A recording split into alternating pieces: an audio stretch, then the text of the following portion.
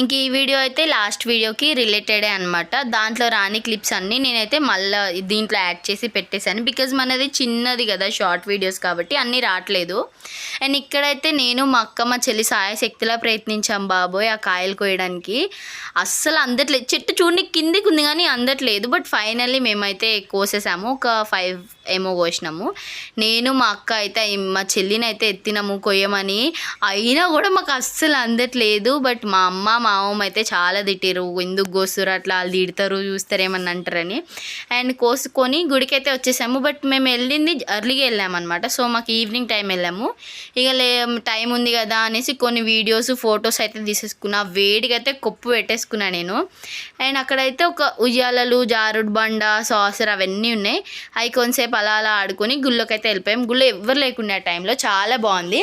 And please do like, share, subscribe to our channel అంకివితము.